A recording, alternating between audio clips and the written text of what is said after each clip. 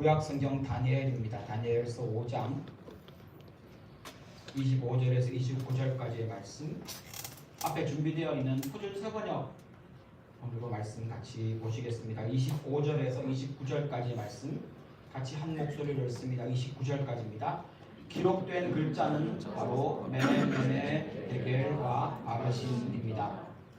그 글자를 해석하면 이러합니다. 메네는 하나님이 이미 임금님의 나라의 시대를 계산하셔서 그것이 끝나게 하셨다는 것이고, 데겔은 하나님이 임금님이 저울에 달리셨는데 무게가 부족함이 드러났다는 것이고, 바르신은 임금님의 왕국이 둘로 나뉘어서 메대와 페르시아 사람에게 넘어갔다는 뜻입니다. 벨사살이 곧 명령을 내려서 다니엘에게 자색 옷을 입히고 그의 목에 금 목걸이를 걸어 주었으며 그를 그 나라에서 셋째 가는 통치자로 삼았다. 아멘.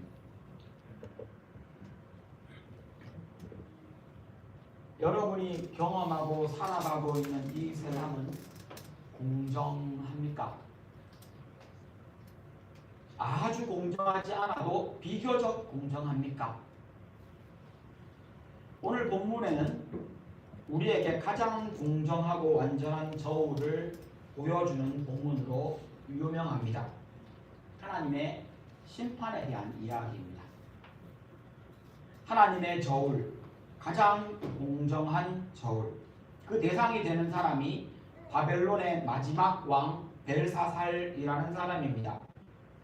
그 당시에 가장 최고의 강대국이었던 이 벨사살, 바벨론의 왕 벨사살을 하나님이 저울에 달아보고 모자라서 그의 시대를 끝내신다는 이야기입니다.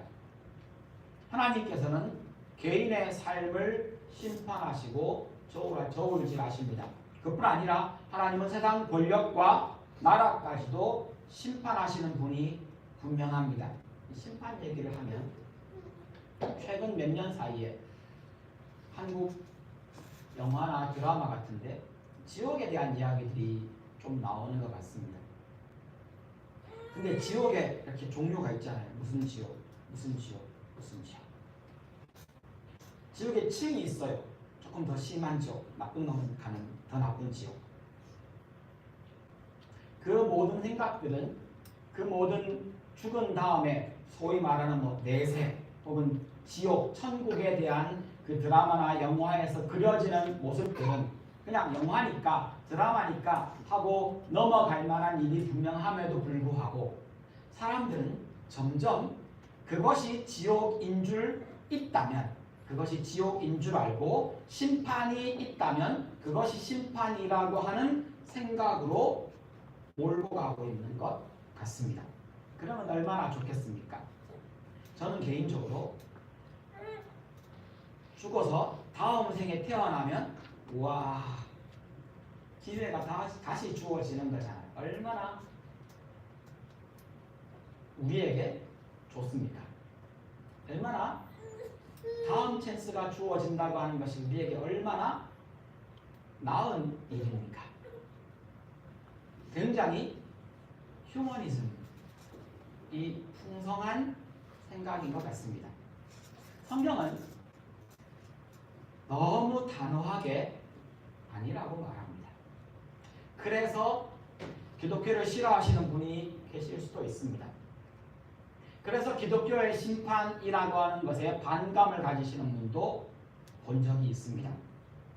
오늘 벨사살의 그리고 하나님의 이 심판의 이야기를 통해 성경이 말하는 하나님의 심판, 이것에 대해서 혹 믿으시는 분이라면 내가 믿고 있는 성경의 내용이 이런 것이구나 라고 확인하시고, 아직 잘 모르시는 분이 계시다면 내가 알고 있는 내세와 심판과 성경이 말하는 것은 이렇게 다르구나 라고 확인하시면 좋겠습니다. 다니엘서 5장 1절에 보면 벨사살 왕이 귀한 손님 1000명을 초대해서 가장 화려한 잔치, 연회를 베풀었다고 기록합니다. 1000명이 다 들어갈 수 있는 공간, 얼마나 컸겠습니까? 바벨론의 위세를 보여줍니다. 이때 바벨론은 이때 바벨론에서 열린 이 잔치에서 벨사살 왕은 예루살렘 성전에서 가져온 거룩한 그 그릇과 그런 술잔들을 들고 자기 유흥에 사용합니다. 그릇이 모자라서가 아닙니다. 자랑하고 싶었던 겁니다. 내가 저 유명한 이스라엘의 신 여호와라는 신의 성전에서 가져온 그 그릇으로 너희들에게 먹일 수 있다. 나는 그런 사람이다. 라고 드러내 보이고 싶었던 것 같습니다. 모두 금으로 되어 있습니다. 들고 와서 거기에 잔에다가 술을 붓고 마시며 축사를 하고 유흥을 즐깁니다. 그러면서 이 벨사살 왕이 넘지 말아야 할 선을 넘습니다. 하나님의 성전에서 가져온 그 그릇을 들고 우상, 사람이 만든 신을 찬양한 겁니다. 성경에 기록된 대로입니다. 그것이 그가 넘지 말아야 할 선이었습니다. 그리고 성경은 그것을 이 벨사살 왕의 교만이라고 묘사합니다. 그때 여기까지야 흔하게 쓸 수 있는 나라의 연회였습니다. 근데 그때 갑자기 벽에 손가락이 하나 나옵니다. 그리고 벽에다가 글씨를 씁니다.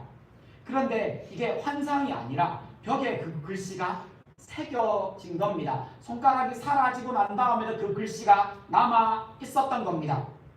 어떻게 이런 일이 일어났느냐?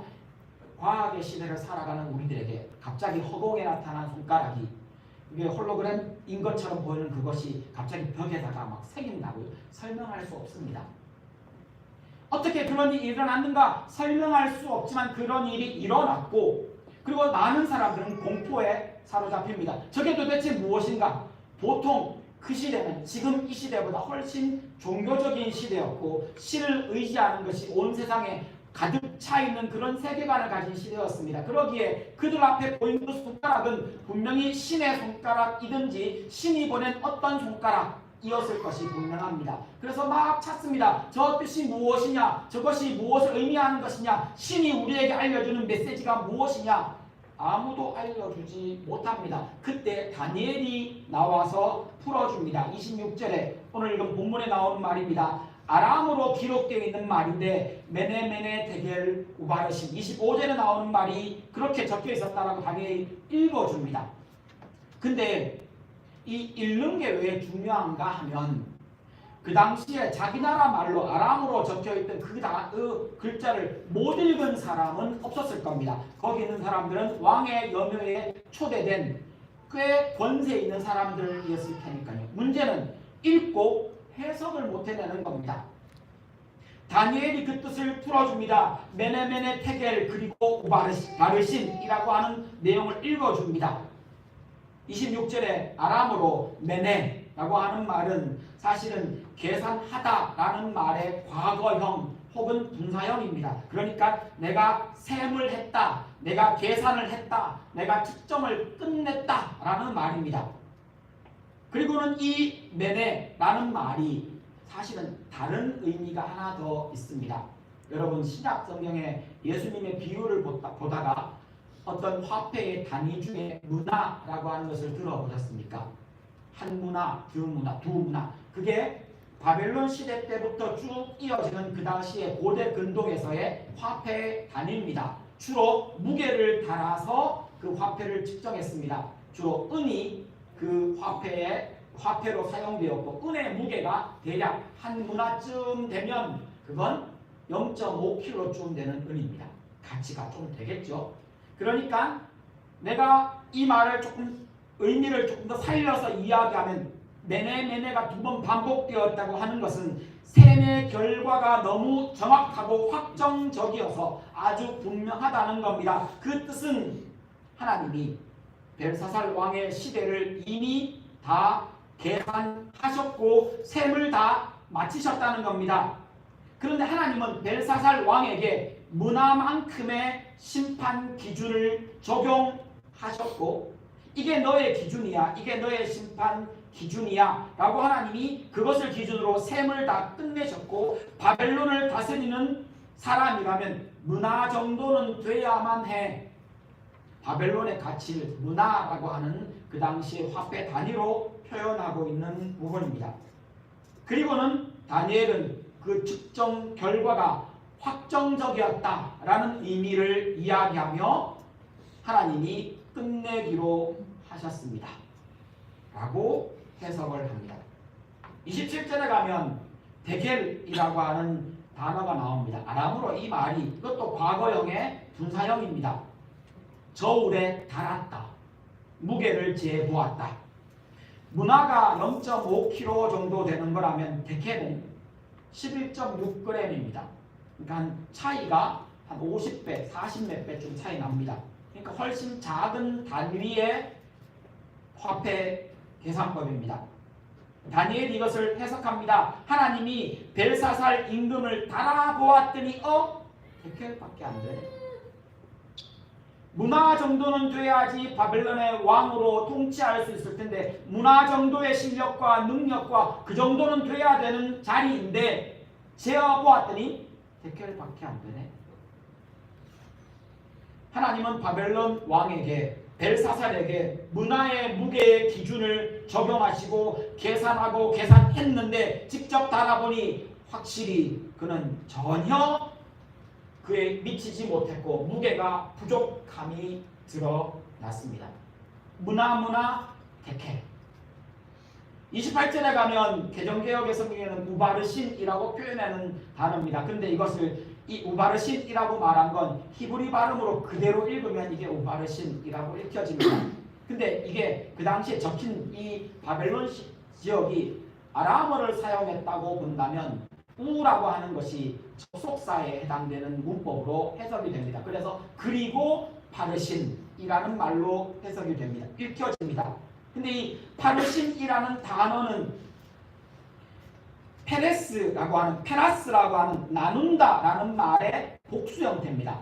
우리 한국말이나 영어에는 그렇게 뚜렷하게 표가 안 나지만 그 나라 언어에는 주어나 혹은 주체가 누군가에 따라서 동사의 복수형이 아주 분명하게 나뉩니다. 심지어는 주어를 사용하지 않고 동사 하나만 던져 놓으면 주어가 누구인지, 주어가 복수인지 단수인지, 주어가 남성인지 여성인지가 거기에서 다 드러납니다. 근데 여기에 나오는 이 페라스라고 하는 이 단어가 두 개 복수형으로 사용되면서 내가 나누고 나누었다 라는 말이 됩니다. 강조 형태로 쓰였다는 겁니다.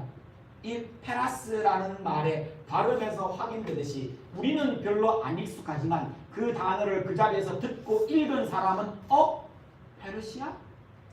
라고 들리기 쉬운 그 음이 너무 유사해서 그렇게 읽을 수도 있는 그런 단어로 들립니다. 즉 바벨론을 나누고 나누어서 그리고 한 나라 이름이 페르시아라고 부르는 나라. 성경에는 바사라고 적혀 있습니다. 문화의 거기다가 페라스라고 하는 이 단어는 동시에 또 화폐 단위로 사용됩니다. 문화의 반, 2분의 1 문화가 됩니다. 이런 말입니다.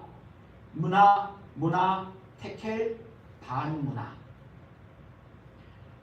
하나님이 문화의 기준으로 달아보고 계산하고 확인했는데 그것을 기준으로 세웠는데 직접 달아보니 테켈밖에 되지 않는 발사살 왕을 이제 그에게서 빼앗아서 반문화로 문화를 반문화로 쪼개어서 나누겠다 라는 말이 된 겁니다.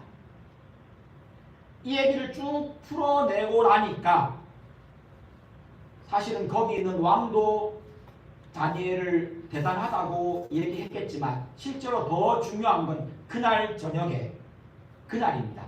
바로 그날 저녁에 30절에 보면 벨사살이 죽고 바벨론이라는 나라는 사라집니다. 메네메네 테겔 우바르신. 우리에게는 이 메네메네 테겔 우바르신이라고 읽혀지는 이 문장이, 이 단어가 중요한 두 가지 메시지를 전해줍니다. 첫 번째는 하나님이 바라보시는데 하나님이 바로 심판자로 서 계신다는 겁니다. 하나님은 개인의 심판자이시며 또한 권력과 나라의 심판자이십니다. 히브리서 9장 27절에 보면 모든 사람은 죽습니다. 그리고 심판을 받습니다. 예외 없습니다. 혹 어떤 누구처럼 죽지 않고 이 땅의 마지막을 본다 할지라도, 혹 누구누구처럼 죽지 않고 죽음을 지나 하나님 앞에 선다 할지라도 예외 없이 심판을 그냥 건너뛸 수는 없습니다. 모든 사람은 죽고 모든 사람은 심판대 앞에 섭니다. 시편 96편 13절에 보면 하나님께서 오셔서 주라는 말이 아도나이라고 하는 이 표현은 하나님을 가리킬 때 쓰는 대명사입니다. 주께서 오셔서 심판하실 겁니다. 땅도 심판합니다. 정의로 세상을 심판합니다. 모든 나라와 백성을 다 심판하십니다. 이사야서 40장 24절에 보면 하나님의 심판이 임할 때 세상의 권력자들이 얼마나 순식간에 사라져 버릴 수 있는지 이야기합니다. 지금은 엄청나 보이는 권력고 지금은 엄청나 보이는 힘과 재력도 하나님의 심판대 앞에 달아보고 세어보았더니 모자라더라. 하나님이 심판하시면, 하나님이 꺾으시면, 하나님이 쪼개시면, 하나님이 결정하시면 하루아침에 사라져 버릴 수 있습니다. 하나님을 인정하든지 인정하지 않든지 모든 사람, 모든 세상의 권력은 심판을 받습니다. 하나님이 심판을 하신다는 것이 성경적 진리이지만 어떤 사람들은 하나님의 심판을 받아들이지 않습니다. 이렇게 묻는 경우가 있습니다. 아니, 하나님이라고 하는 신에게 심판할 권리가 있는가? 그에게 우리가 언제 권한을 준 적이 있는가? 라고 묻습니다. 보통 한 나라와 정부가 다스리고 법을 세우고 법을 지키고 외부의 적과 내부의 불법적인 세력을 막아설 권한, 공권력이라고 표현할 수도 있고 재판권 혹은 어떤 행정권 다 표현할 수 있을 겁니다. 그렇게 할 수 있는 권한이 그 나라에 정말 있는가라고 의문을 제기하며 나는 그런 권력을 준 적이 없다 라고 얘기하는 사람들을 무정부주의자라고 부릅니다. 이 무정부주의자의 사람들은 나라와 정부와 법원이나 판사나 공무원이나 경찰이나 그런 공권력의 권위와 권한을 인정하지 않습니다. 나는 준 적이 없다. 나는 인정한 적이 없다. 라고 말합니다. 세상의 나라들의 권위를 인정하지 않는 이 무정부주의자들의 행동을 가만히 보고 있으면 하나님의 권위를 인정하지 않는 무신론자의 모습을 거기서 확인할 수 있습니다. 패턴이 비슷합니다. 혹은 하나님의 심판권을 거부하는 사람의 모습도 거기에서 발견할 수 있습니다. 굉장히 유사한 패턴을 가진다는 겁니다. 이건 제 얘기가 아니라 이 행동 패턴에 대한 사회학자들이 하는 이야기입니다. 인간 사회의 법과 정부의 최종 권위를 부정하는 무정부주의자와 하나님이라고 하는 초월적인 권위를 부정하는 무신론자와 하나님의 심판의 권한과 권위를 인정하지 않는 그 모든 사람들은 궁극적인 권위를 부정한다는 공통점이 있습니다. 누가 나를 심판할 수 있는가? 라고 묻는 겁니다. 나를 심판할 수 없다. 나는 그 심판권을 부인하겠다. 거부하겠다. 라고 말하는 겁니다. 외부에서 부여된 절대적인 권위를 인정하지 않기 때문에 그들에게 절대 기준은 없습니다. 누가 이 법을 세웠는데 나는 동의한 적 없다. 라고 말하는 겁니다. 근데 그런 사람들의 공통점이 권위를 인정하지 않는 것과 함께 또 하나의 중요한 공통점은 그러면 기준은요. 옳고 그름의 기준은 내가 세운다. 라고 말하는 겁니다. 이 세 부류의 사람이 똑같습니다. 판단도 내가 한다. 혹 필요하다면 우리 다 모여서 우리가 동의할 때 그것은 힘을 가진다. 라고 말합니다. 위로부터 내려오는 질서를 거부합니다. 아마 이러한 경향은 과거보다 요즘 현대에 더 많은 문화적인 경향으로 지금도 이 사회에 드러나고 있는 것 같습니다. 성경에 나오는 예를 들면 사사기에 이런 언급이 있습니다. 사람들이 자기 소견에 옳은 대로 행하더라. 그런 모습입니다. 내가 옳다고 생각하는 대로 행동한다.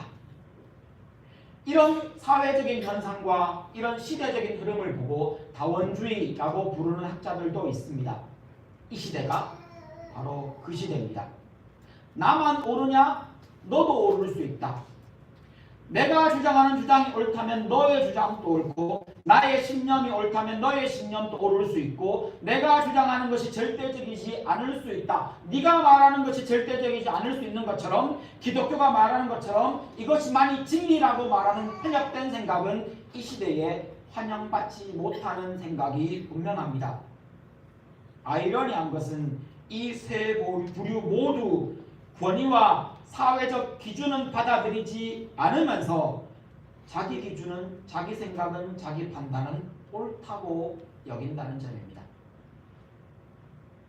세상 정부의 권위를 인정하지 않는 것은 우리의 선택일 수 있습니다. 그게 뭐 크게 잘못된 거겠습니까?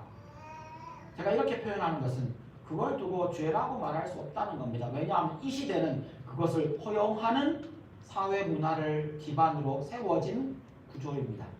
그래서 민주주의라고 불리우는 이 제도 자체도 함께 모여서 얘기하자, 우리가 투표하자, 함께 모여 더 많은 사람이 원하는 것으로 따라가자, 돈이 지배하고 있는 자본주의 안에서 주주총회에서 하는 일이 무엇입니까? 더 많은 주식을 가진 사람이, 주인이 더 많은 권력을 행사하는 것. 사실은 이것도 그와 유사한 개념이 분명합니다. 그러므로 무정부주의자가 틀렸다 맞다 이 얘기를 지금 할 수 없습니다. 그러나 성경을 두고 말한다면 무신론자와 하나님의 심판의 권위에 관련된 부분에서 이렇게 이야기하는 사람에 대해서는 성경이 명확하게 말을 합니다. 그건 죄의 속성에 가깝습니다. 아니, 죄에 아주 가깝습니다. 로마서 2장에 보면 하나님께서 우리에게 주시는 복음도 듣게 하시고, 하나님이 우리에게 복음도 듣게 하시고, 은혜도 맛보게 하시고, 하나님의 사랑과 능력도 경험하게 하고, 기회도 주시고, 교회도 오게 하시고, 설교도 듣게 하시고, 성경 공부도 하게 하시고, 복음이 무엇인지 다 들었는데도, 그리고 하나님이 그를 참아주십니다. 기다려주십니다. 봐주셨는데도 그가 하나님을 업신여기고 자기 마음대로 살아간다면, 하나님의 권위를 업신여기는 사람이 있다면 2장 5절에 이렇게 말합니다. 그런 사람은 완고한 마음과 회개하지 않는 마음을 가지고 있으므로 하나님께서 진노를 터뜨려 의로운 심판을 하실 그날을 앞에 두고 자기가 받을 진노를 스스로 쌓아 올리고 있습니다. 세상에 하나님 말씀을 듣고도 몰랐다면 그 영역은 우리가 논할 수 있는 영역이 아닐 수 있습니다. 못 들었다니까요. 복음 듣지 않은 사람에게 구원이 있느냐 없느냐 이 얘기는 사실은 우리가 정확하게 논할 수 있는 영역이 아닙니다. 근데 분명하게 말할 수 있는 것은 복음을 듣고 그 은혜가 무엇인지를 알고 혹은 깨닫고 그 은혜를 기뻐했는데, 혹은 신앙생활이라고 교회에 나와서 뭔가 좀 했는데 그러고 나서도 하나님을 거부하고 하나님의 권위를 인정하지 않고 하나님께 나아가 예배하지 않는 사람이 있다면 그는 명백하게 그에게 하나님의 진노를 쌓아가고 있다 라고 말할 수 있다는 겁니다. 2장 6절에 보면 더 심각한 얘기를 합니다. 하나님께서는 각 사람에게 그가 한 대로 갚아 주실 것입니다. 우리는 하나님이 무슨 일을 하고 계신지 다 모릅니다. 내 머리로 이해할 수 있다는 하나님이겠습니까? 하나님이 무엇을 하셨는지 다 모릅니다. 하나님이 무슨 일을 하셨는지 성경에 조금 적어 놓은 것들만 읽어서 알 뿐입니다. 하나님이 이 시대에 어떻게 일하고 계신지 지혜를 가진 사람도 믿음을 가진 사람도 다 알 수 없습니다. 그러나 분명한 것 한 가지는 우리는 신앙의 기본입니다. 우리가 예수님을 믿고 하나님을 믿고 신앙생활을 한다는 말은 하나님을 하나님 자리에 두겠다라고 시작한 겁니다. 높은 사람 앞에서는 좀 까불어도 이 세상의 정치 제도에서 자유로 존중받을 수 있겠지만 하나님을 그런 식으로 대하면 안 된다는 겁니다. 하나님은 인간 정부나 높은 권력자 정도가 아닙니다. 그분은 우리의 주인입니다. 내가 언제 그분의 소유하고 그분을 내 주인 삼았느냐고. 그러니까요. 내가 인정하든 인정하지 않든 하나님은 주인입니다. 그리고 우리는 그걸 인정해서 하나님의 백성이라고 불리는 겁니다. 우리가 어떤 사람이니까 하나님이 주인이라고 인정하고 받아들인 사람입니다. 그래서 우리가 신앙인이 된 겁니다. 신앙인과 신앙인 아닌 사람의 가장 밑바닥의 차이입니다. 그분은 우리의 창조주이십니다. 천지를 말씀으로 창조했다. 난 그거 못 믿겠어. 물론 그렇게 생각하는 사람이 있을 수 있습니다. 교회 내에도 기독교 안에도 그런 사람이 있더라고요. 근데 분명한 건 하나님이 6일 만에 말씀으로 창조하셨다라고 믿든 믿지 못하든 그 사람이 하나님이 창조자이심을 믿지 못하면 그게 6일인지 6개월인지 얼마인지 기간 혹은 그 과정에 무엇이 있었다 이런 논란은 있을 수 있지만 하나님이 창조자, 하나님이 창조주라는 부분을 넘어서면 그는 하나님을 믿는 게 아닙니다. 기준을 정하는 것이 누굽니까? 하나님입니다.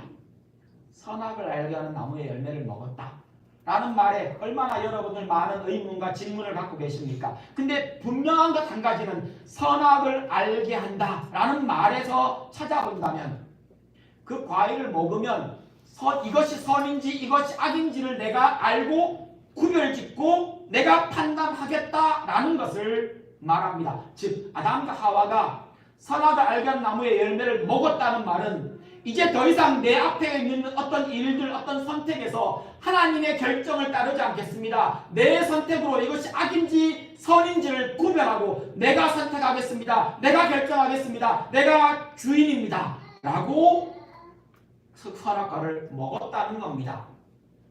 그러니 당연히 죽어야죠. 여러분, 선악의 기준이 무엇입니까? 하나님이십니다. 이게 성경이 말하는 가장 중요한 하나님에 대한 기본 자세입니다. 최종 판결 누가 합니까? 하나님이 하십니다. 이것이 용납되고 이것이 받아들여지지 않으신다면 죄송합니다. 성경을 다시 배우셔야 됩니다. 복음을 다시 배우십시오. 성경은 이 부분에서 한 걸음도 받을 한 것만큼도 양보하지 않습니다. 하나님은 하나님이십니다. 하나님이 심판자이시다. 하나님이 심판하신다라는 말의 의미가 이 말입니다. 하나님이 기준입니다. 하나님이 심판자이십니다. 하나님이 주인입니다. 하나님이 선과 악을 결정하시는 분입니다. 하나님이 선이라고 말하면 내 생각이 그것에 영향을 미치지도 않을 뿐더러 내 생각이 선과 악을 결정하는 것에 아무런 도움도 영향력도 없다는 것, 그것을 받아들이는 것. 그럼 결론은 하나님이 결정하시고 나는 따르는 자라는 겁니다. 하나님은 우리의 삶과 우리의 모든 권력을 심판할 수 있는, 심판하시는 유일한 분입니다. 이것이 오늘 메네메네 테겔 바라신에서 확인할 수 있는 첫 번째 메시지입니다. 두 번째는 공정한 심판의 기준이 있다는 겁니다. 하나님이, 그러면 어떤 사람들은 염려하고 걱정합니다. 좋아, 그럼 하나님께 그 권력이 있다고 하자. 하나님이 그 권한이 있다고 인정한다고 합시다. 그러면 하나님이 자기 마음대로 이건 선이야, 이건 악이야. 어제는 악이었는데 오늘은 선이야. 이렇게 말하면 그거 어떻게 따라갑니까? 그렇게 말입니다. 성경이 한결같이 말하는 것이 하나님의 성품에서 하나님이 어제와 오늘이 동일하시다.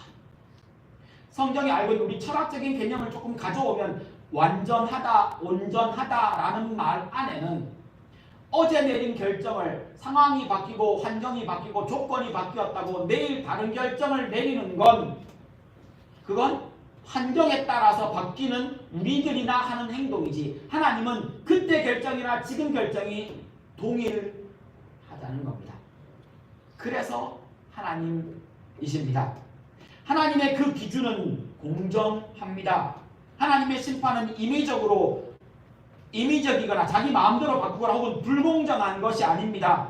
문화를 기준으로 계산하고 셈해 보았던 벨사살의 무게는 하나님의 저울에서 세켈밖에 되지 않습니다. 그게 그의 삶이 하나님의 기준에 미치지 못했을 뿐 아니라 하나님의 기준이 문화였고 그는 세켈이었습니다. 못 미치죠. 전혀 다다르지 못했을 뿐 아니라 자기 스스로 이 벨사살 왕이 말입니다. 나는 문화야. 나 정도 되는 사람이면 바벨론의 왕 되는 사람이면 이 정도 되는 사람이야. 어깨에 힘주고 살았겠지만 자기 생각입니다. 그 속을 들여다보니 세켈밖에 되지 않는 인생을 살아왔다는 것을 자기도 알았을 겁니다. 그가 자객적 성격 장애를 가진 사람이 아닙니다. 알았을 겁니다. 우리는 압니다. 남에게 자랑할 때에도 내 숨기고 싶은 실체, 나의 숨기고 싶은 치부는 교묘하게 가려야 한다는 것을 배웁니다. 하나님의 심판 기준, 그 공정한 하나님의 심판 기준을 오늘 본문과 이 이야기에서 확인할 수 있는 세 가지를 보게 됩니다. 하나님은 이 기준으로 심판하십니다. 하나님을 경외하는가?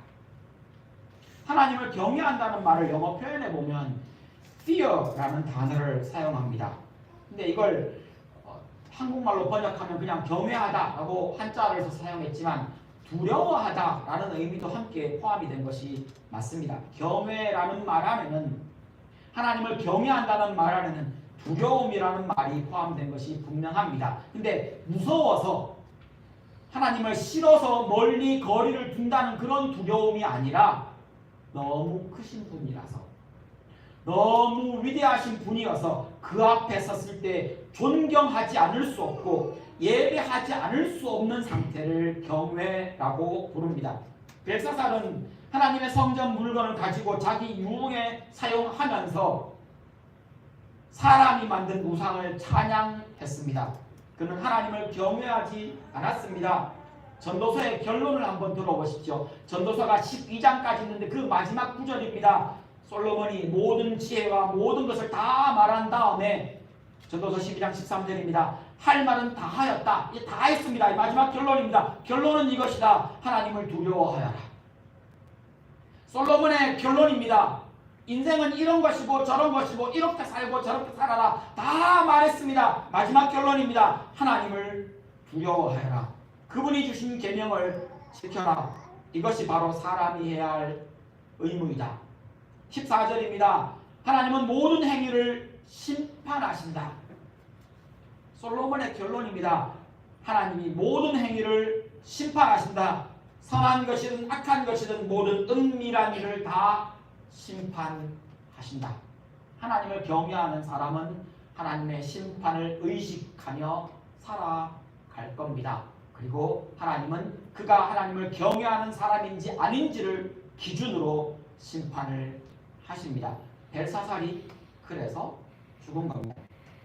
둘째 기준은 겸손입니다. 하나님 앞에서 겸손해야 합니다. 경외라고 하는 태도는 그 기준은 하나님을 향한 태도라면 겸손은 하나님 앞에서의 나를 향한 태도에 가깝습니다. 겸손을 단순히 하나님 앞에서 자세를 낮추는 것 정도로 생각하지 마십시오. 하나님 앞에서 하나님을 하나님으로 인정하고 하나님 앞에서의 나의 태도를 결정하는 것이 겸손입니다. 하나님이 높으신 분이기 때문에 그분을 높여드리는 것, 이게 겸손입니다. 하나님이 주인이시니까 하나님을 주인으로 대하는 것, 이것이 겸손입니다. 하나님이 위대하시니 찬양하는 것, 이것이 겸손입니다. 너무 당연합니다. 이 땅에서도 여러분 여러분이 만나본 가장 높은 사람이 이 땅에서 말입니다. 어떤 분이었습니까? 그 사람 만나는데 길 지나가다가 만났는데 그분 옆에 그렇게 쉽게 갈 수 있던가요? 그런 권위 없는 혹은 인기만 많은 연예인이나 셀럽들을 만나러 가는 것도 여러분 그 옆에 가기가 쉽지 않고 그 사람 한 사람 봤다고 그렇게 막 놀라하며 사진 찍고 올릴 텐데 그보다 더 큰, 더 위대한, 더 놀라운 분을 만나면 여러분 그 사람을 어떻게 대하시렵니까? 그 대하는 태도가 겸손이라는 겁니다. 벨사살이 그냥 성전 물건을 가져와서 그렇게 했더니 뭐 그렇게 잘못된 거냐, 모를 수도 있지 않느냐라고 말할 수 있겠지만 벨사살은 모를 수가 없었습니다. 왜냐하면 그의 아버지, 우리가 알고 있는 그 느부갓네살이 하나님 앞에 교만했다가 그것도 이렇게 한 겁니다. 내가 이만한 놀라운 바벨론 제국을 세우고 여기까지 왔으니 나 이 정도면 위대하지 않느냐라고 하며 하나님 앞에 자기가 서 있다는 것을 알면서도 하나님을 높이지 않고 자기를 높인 겁니다. 그리고는 이 느부갓네살이 7년간, 성경에 적힌 대로 얘기하면 7년간 들판에 나가서 풀 뜯어먹고, 무슨 병인지도 아직 잘 모릅니다. 풀 뜯어먹고 이슬 맞고 밖에서 왕이 말입니다. 그것도 바벨론의 큰 왕이 7년 동안 들판에서 소처럼 풀 먹고 뒹굴고 다니며 더럽게 씻지도 않고 울부짖으며 말도 못하고 짐승처럼 살았다. 하나님이 내린 벌의 내용입니다. 7년 뒤에 그가 갑자기 정신이 번쩍 듭니다. 여기가 어디지? 나는 누구지? 그리고는 돌아와 느부갓네살 왕은 왕으로서의 역할을 나머지를 해냅니다. 근데 그가 그렇게 됐던 걸 아들 벨사살이 몰랐을까요? 그때 느부갓네살 왕에게 오늘 본문에 나오는 이 다니엘이 콕 찍어 얘기해 줬습니다. 왕이시여, 왕이 이런 일을 겪는 건 하나님을 하나님으로 대하지 못하고 왕이 스스로 높여 교만했기 때문입니다 라고 콕 찍어 말했고, 느부갓네살이 그 말을 듣고 그래 그 말이 맞다 라고 인정했던 이야기가 오늘 본문 앞장에 나오는 이야기입니다. 하나님을 인정하지 않고 하나님을 높이지 않는 그것이 교만이라면, 하나님을 인정하고 하나님을 높이는 나의 자세를 겸손이라고 부릅니다. 하나님은 겸손을 아주 싫어하십니다. 야고보서 4장 6절에 보면 교만하면 하나님이 밀어내십니다. 밀어내십니다. 이 말을 좀 다른 말로 표현하면 하나님은 우리를 불러 모으시는 분입니다. 성경 그 어디에도 밀어낸다는 표현을 자기 백성에게 쓰신 일이 없습니다. 죄와 관련된 일이 아니고서는 하나님은 항상, 죄인인 우리까지도 하나님은 항상 우리를 품으시고 불러 모으시고 보호하시고 찾아오시고 하나님이 그런 분이신데, 유일하게 하나님이 밀어내는 사람들, 교만한 사람입니다. 겸손하면 하나님의 은혜가 임한답니다. 겸손한 대로 하나님의 은혜가 넘치게 부어 주십니다. 이것이 두 번째 기준이라면, 세 번째 기준은 하나님의 말씀에 따르는 삶입니다. 이것이 심판의 기준입니다. 이 말을 다른 말로 바꾸면 뭐하고 살았나, 무엇을 말했나, 그 행동이라고 이해하셔도 좋습니다. 그런데 그 기준이 어떻게 했나, 착한 일 했나, 나쁜 일 했나가 아니라 하나님 말씀에 따랐나 따르지 않았나 라고 그 행동과 삶을 평가하는 기준 삼으신다는 겁니다. 벨사살은 하나님의 뜻을 알 기회가 있었지만 무시했습니다. 그리고는 그날 심판이 선포되었고 그날 저녁에 죽고 나라를 빼앗깁니다. 오늘 우리에게는 성경이라고 하는 하나님의 말씀이 있습니다. 네가 선지자를 통해 하나님이 이렇게 말씀하십니다. 너 사람아, 무엇이 착한 일인지를 주께서 이미 말씀하셨다. 주께서 너에게 요구하시는 것이 무엇인지도 이미 말씀하셨다. 오로지 공의를 실천하며 인자는 다른 사람에게 사랑을 베푸는 겁니다. 인자를 사랑하며 인자를 실천하는 것을 얘기합니다. 겸손히 내 하나님과 함께 행하는 것이 아니냐.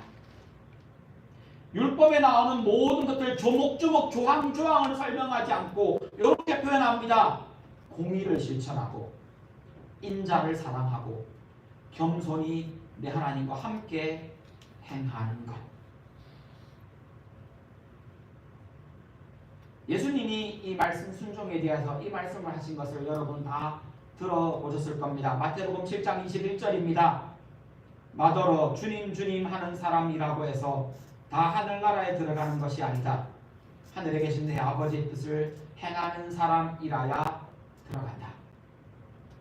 이 앞문맥의 뒷문맥에서 예수님이 늘 강조하시는 말이 있습니다. 열매로 알지라. 열매는 드러난 겁니다. 열매는 보입니다. 열매는 만질 수도 있고, 열매는 먹을 수도 있고, 열매는 땁니다. 열매는 그 결과물입니다. 예수님이 굳이 열매라는 표현을 쓰신 이유는 믿음이라고 하는 예수를 사랑한다고 하는 보이지 않는 것들이 보이는 행동으로, 순종으로, 삶으로 드러난 것을 의미합니다. 마음의 사랑이 이만큼 있습니다. 아무짝에 쓸모없습니다.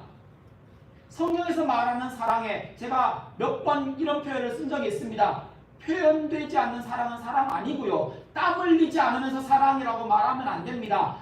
자기는 손에 요만큼도 안 먹으면서 사랑했다라는 말은 다 거짓말입니다. 사랑은 손에 봐야지 사랑한 겁니다. 땀 흘리고 수고해야만 그게 사랑이 단 겁니다.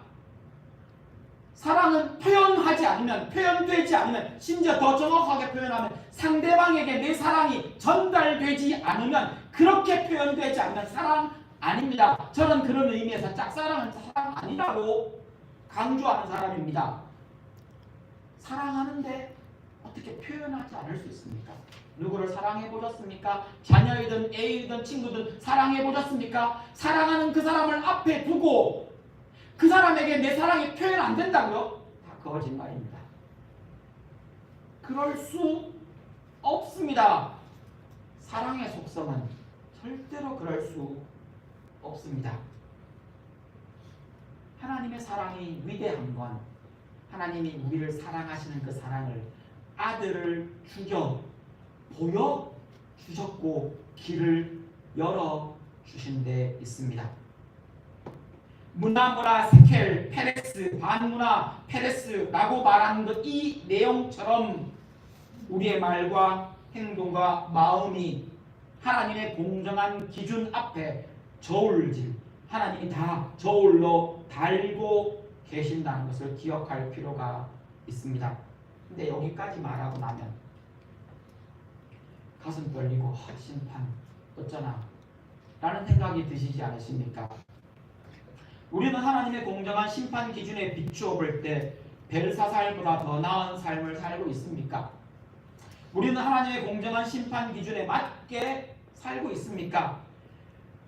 여기까지 오고 나면 두려움, 아까 이 경외의 두려움이 아니고요, 공포와 긴장이 올라올 수도 있습니다. 우리는 그런 사람들입니다. 정직하게 하나님 앞에, 예수 믿는다고 말하는 내가 하나님 앞에 서서 심판대 앞을 지날 때 나는 당당하게 거기 서서, 물론 예수의 이름을 고백하겠지만 어깨 쫙 펴고 그 앞에 그렇게 서는 것이 쉽지 않습니다. 하나님을 경외하며 겸손하게 하나님 앞에 섰고 말씀을 지켜 행하려고 애쓰며 살아왔지만 그래도 그것만으로는 부족한 것 같습니다. 하나님의 저울이 만약에 진짜 공정하다면 나에게도 예외 없이 적용되어야 공정한 저울일 겁니다. 내가 남몰래 했던, 내가 다른 사람 미워하며 용서하지 못하며 내 욕심 생각하며 그걸 추구했던 나의 행동과 말과 생각들 다 어쩝니까? 사랑하는 성도 여러분, 하나님의 저울은 두렵지만 동시에 우리에게 소망의 저울 된다는 것을 기억하십시오. 메네메네 테게우바르시는 벨사살과 바벨론의 몰락을 선언했지만 우리에게는 그 동일한 저울을 사용하시면서도 예수 십자가에 사랑이, 그 소망이 있다는 것을 기억하십시오. 요한복음 3장 16절입니다. 복음을 가장 압축해서 설명했다고 말하는 요한복음 3장 16절은 이렇게 표현합니다. 하나님이 세상을 이처럼 사랑하사, 세상입니다. 그 중에 한 사람이었습니다. 이만큼, 얼만큼요? 독생자를 주실 만큼 사랑하셔서, 그리고는 누구든지 예수를 믿으면 멸망하지 않고 심판받지 않고 심판을 지나 영생으로 갈 수 있다. 그 길을 열어주셨다라고 말씀하십니다. 이어지는 17절에 보면 이런 표현이 나옵니다. 예수님이 이 세상에 오신 것은 나를 대신해서 십자가에 죽으심으로 내가 심판을 피할 수 있도록, 내가 심판을 지나갈 수 있도록, 내가 구원받을 수 있도록 길을 열어 놓으신 거라는 겁니다. 저울을 바꾸는 게 아닙니다. 저울은 그 공정한 저울 그대로를 우리에게 적용하실 겁니다. 무엇이 바뀝니까? 저울을 적용할 때 예수님이 내 옆에 나와 함께 서주십니다. 내 무게가 테켈도 안 되지만, 문화의 기준을 적용하는 그 저울 앞에 내 무게가 테켈도 되지 않지만, 50분의 1 아니 500분의 1 5000분의 1도 안 되지만 그 나머지 무게 누가 감당합니까? 예수님이 나와 함께 그 저울에 올라 예수님이 십자가에 죽으신 그 공로를 나의 공로 무게로 달아 주시겠다는 겁니다. 그래서 18절 말씀이 말이 되는 겁니다. 하나님 아들 예수 그리스도를 믿는 사람은 심판을 받지 않습니다. 심판을 지나갈 수 있습니다. 모든 심판의 공정한 저울은 충족하고 남습니다. 예수가 나의 모든 자격을 다 채워 주셨습니다. 예수를 믿는 그 믿음의 능력이 여기에 있습니다. 여러분, 긴장할 수는 있지만 두려워하지는 마십시오. 죽음이 기분 좋고 행복한 과정은 아닐지라도 하나님 앞에 그게 긴장될 수는 있지만 두려워하지는 마십시오. 예수 그리스도는 우리의 죄를 위해 심판을 대신 받으셨습니다. 우리에게 용서와 새 삶을 주신 겁니다. 그러기에 오늘 담대하게 하나님의 공정한 저울 앞에 서십시오. 어깨 쫙 펴고 예수 믿는 그 믿음으로 주 앞에 서십시오. 하나님이 어떤 심판의 기준으로 심판하시는지 명확하게 다시 알고 기억하고 내가 받은 은혜가 얼마나 대단한 것인지 확인하시고 그 은혜 안에 모으십시오. 여러분이 이미 받은 그 은혜가 얼마나 큰 것인지를 확인하시고 그 은혜 안에서 예수 믿으며 그 삶을 살아가십시오. 아직 예수 믿기가 어려우신 분이 계십니까? 아직 망설이시는 분이 계십니까? 아직 예수 믿지 못하고 계신 분이 계십니까? 이 종교가, 이 성경이, 이 복음이라는 것이 믿을만한가? 라고 지금 재보고 계십니까? 누구나 그 과정을 거칠 겁니다. 그러신 분이 계신다면, 망설이고 계신 분이 계신다면 여러분 발을 내디뎌 복음 안으로 들어오십시오. 복음 안으로 들어온다는 말은 예수를 영접하고 받아들인다는 겁니다. 이 말을 다른 말로 바꾸면 나는 죄인이고 나는 그 저울 앞에서 내 공로로 해결할 수 없지만 그러나 예수님이 십자가에 죽으심으로 내 모든 해야 될 일들, 해야만 했던 그 모든 일들을 예수님이 대신 해주셨고 대신 받아주셔서 그것을, 그 공로를 내게 내 공로로 전가시켜 주셨다는 겁니다. 그래서 그 저울 앞에서 나만이 아니라 예수의 무게로 달아진다는 겁니다. 이것을 받아들이는 것. 그렇지, 예수님이 나를 위해 그 일을 하셨지, 예수님이 나를 위해 죽으셨지, 내가 죄인이지 라고 하는 것을 인정하고 팩트로 받아들이는 것이 영접이며 믿음입니다. 쉽죠? 너무 클리어해서, 너무 명백해서 많은 사람들이 의심하지만 그러나 복음은 아주 분명합니다. 믿는 모든 사람에게 하나님의 자녀가 되는 권세를 주신 겁니다. 복음 안으로 들어오십시오. 지금 망설이시는 여러분, 조금만 망설이시고 결단하고 받아들이십시오. 내가 죄인임을 인정하고 하나님이 나의 주인이며 하나님이 나의 창조자이며 하나님이 심판자라는 권위를 받아들이고 예수를 구원자와 주인으로 받아들이십시오. 그러면 예수의 그 피공로 십자가의 공로가 그 저울에 우리의 무게가 될 것입니다. 같이 기도하시겠습니다.